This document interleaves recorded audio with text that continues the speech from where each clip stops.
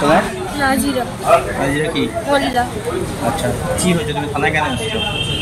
আমার মা আমার খুব মেরেছে। তোমার মা তোমার মারবে কেন? আমার সৎ মা। সৎ মা? সেই কারণে তোমার মারে? আচ্ছা, তুমি কি কোনো দুষ্টুমি করেছো? মা তাহলে সবসময় শুধু গালাগালি দেয়। আচ্ছা, সব ঘরের সব কাজ আমি করি, করে না একটুখানি কিছু ভুল হলেই শুধু আমার মারে। তোমাকে দিয়ে সব কাজ করে ঘরে? হ্যাঁ, মানে বাসন মাজাটা সব? সব করি, শুধু রান্নাটা মা করে। তুমি কি কি কাজ করো? ঘর বাড়ি ঝাড় দিই, থালা বাসন মাজি, আনাজ কুচে দিই, সব কিছু করে দিই। আচ্ছা, তারপরে মারে কেন? একটুখানি কাজে ভুল হলে মারে। আচ্ছা, তুমি আজকে কেন এসেছো থানায়? আমার খুব মেরেছে। প্রত্যেকদিন মারে? না, সবসময় গালাগালি দেয়। হ্যাঁ। আর মা মারে না। আর বাবার বেলা বাবা মারে, আর আজকে মা মেরেছে, বাবা ছিল না। আচ্ছা, আচ্ছা, কোথায় বাড়ি তোমার? তুমকাটি। ধূমকাঠি? কোন স্কুলে পড়ো তুমি? তুমকাটি জুনিয়র হাই স্কুল, আর কোন ক্লাসে? ক্লাস 8। ক্লাস 8-এ? কত বয়স তোমার? 14। আচ্ছা, তুমি কি চাইছো? মা কতদিন আগে মারা গেছে তোমার নিজের মা? আমি তখন 2 বছর কি কখন মারা গেছে? তুমি কি সৎ মেয়ে বলেই মারধর করে মা? হ্যাঁ, আর তোমাদের সব কাজ করায়? তুমি কি চাইছো?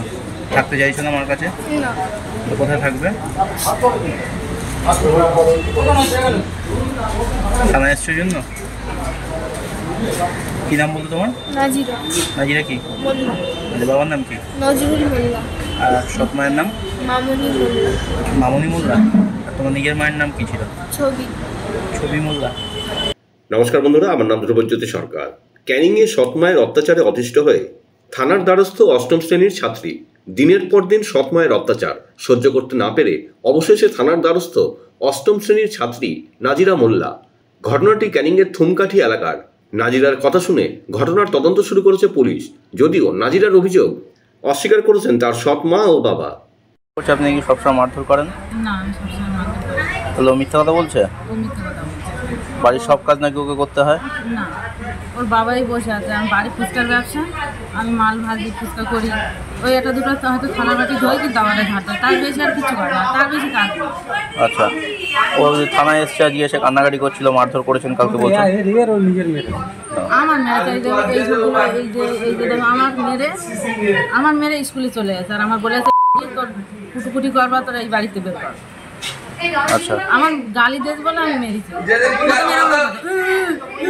তাই আমি একটা মেরেছি। ও আমার তারপর বলে, আমি বলে তুই আমার গালে গালি করবি বলে আরেকটা মেরেছি। ও আমার চুল ধরে ঝুলছে। আর এসব কোনো থেমছে, এইগুলো মানে ও যে অভিযোগ করছে সেটা মিথ্যে? মিথ্যে কথা। কি নাম আপনার? মামনি খাতুন। মেয়ে যে অভিযোগ করবে কি বলবেন? কি বলবো, আমি তো বাড়ি ছিলাম না। না, এটা তো একদিনের ঘটনা নয়। মেয়ে তো বলছে মাঝে মধ্যে এরকম মারধর করে। মারে না, ধরে না, মারে না, ধরে না। আচ্ছা, গালিগালাজ করে সব সময়? বকাবকি করে, বাচ্চা কাচ্চা থাকলে বকাবকি করে। আচ্ছা, আপনি কি মারধর করেন মেয়েকে? কি আমি মারধর?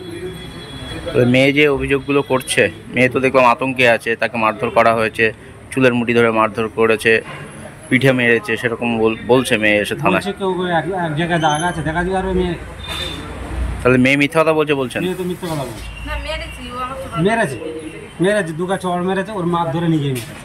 মেরে স্কুলে পরীক্ষা দিয়ে স্কুলে এসছে, স্কুলে পরীক্ষা দিয়ে থানায় চলে আসছে।